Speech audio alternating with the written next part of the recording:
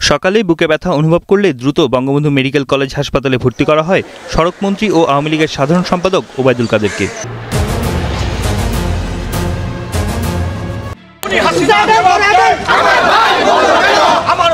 এদিকে ওবায়দুল কাদের আর নেই। কোথায় নেই, কেন নেই, কি জন্য নেই, তিনি আবার এই অসময়ে কোথায় গেলেন? জানতে হলে আপনারা সম্পূর্ণ ভিডিও দেখতে থাকুন। এদিকে কোটা আন্দোলন নিয়ে বাংলাদেশে যে উত্তাল সৃষ্টি হয়েছে সেটা সোশ্যাল মিডিয়া প্রবেশ করলেই বোঝা যায়। কোটা সংরক্ষণ সংস্কার আন্দোলন ঘিরে রক্তাক্ত বাংলাদেশ, এজন্য বিএনপি, জামাত ইসলামী ও শিবিরকে দায়ী করলেন প্রধানমন্ত্রী শেখ হাসিনা। সেই সোশ্যাল মিডিয়ায় ভালোভাবে প্রবেশ করাই যাচ্ছে না নেটওয়ার্ক ছোলো হওয়ার কারণে বলে দাবি জানিয়েছেন বাংলাদেশের সাধারণ কিছু নাগরিক। আমি 7 দিন মেয়াদে 20 জিবি ইন্টারনেট কিনেছি। ইন্টারনেট দাম আন্দোলনে এখন দিয়েছে 5 জিবি 3 দিন মেয়াদ। এমবিতে আমরা কি জন্য 3 দিন দিল? আমি একটা কথা জানতে চাই, 3 দিন মেয়াদ এমবিতে আমাদের কি হবে? চালাতেই পারছি না ঠিক মতো নেট। স্বাধীন দেশে স্বাধীনভাবে কথা বলার অধিকার নেই, আর যদি বলেন তাহলে আপনি প্রশাসনের নজরে পড়ে যাবেন, আর সেই প্রশাসন আপনাকে জেলের ভিতরে ঢুকিয়া তাদের কার্যক্রম শুরু করে দিবে বলে জানা যায় ইন্ডিয়ান কিছু ইউটিউব চ্যানেল থেকে।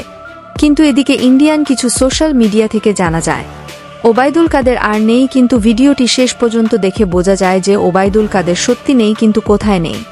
আসলেই উনি বাসায় নেই।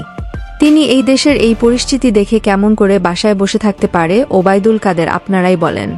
এই মুহূর্তে উত্তাল কলকাতা, সেখানে বাংলাদেশের যে চলমান ছাত্র আন্দোলন চলছে সেই আন্দোলনের সমর্থন জানিয়ে ওবায়দুল কাদেরকে এখন যমুনা টিভি, এটিএন নিউজ এবং সময় TV YouTube channel ঘুরলেই Obaidul Quader এক এক সময় এক এক বক্তব্য নিয়ে হাজির হচ্ছেন।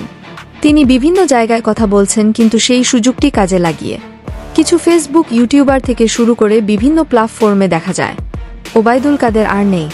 কোথায় নেই? উত্তরে তিনি বাসায় নেই। কিন্তু তিনি বাসায় নেই। আজ যদি ওবায়দুল কাদের বাসায় থাকতো তাহলে হয়তোবা আজকে আমাদের এই রকম একটি ভিডিও তৈরি করা লাগতো না। তো প্রাণপ্রিয় ভিউয়ার্স, কোনো ভিডিওর সত্যতা না জেনে কেউ নিজের মতামত প্রকাশ করবেন না।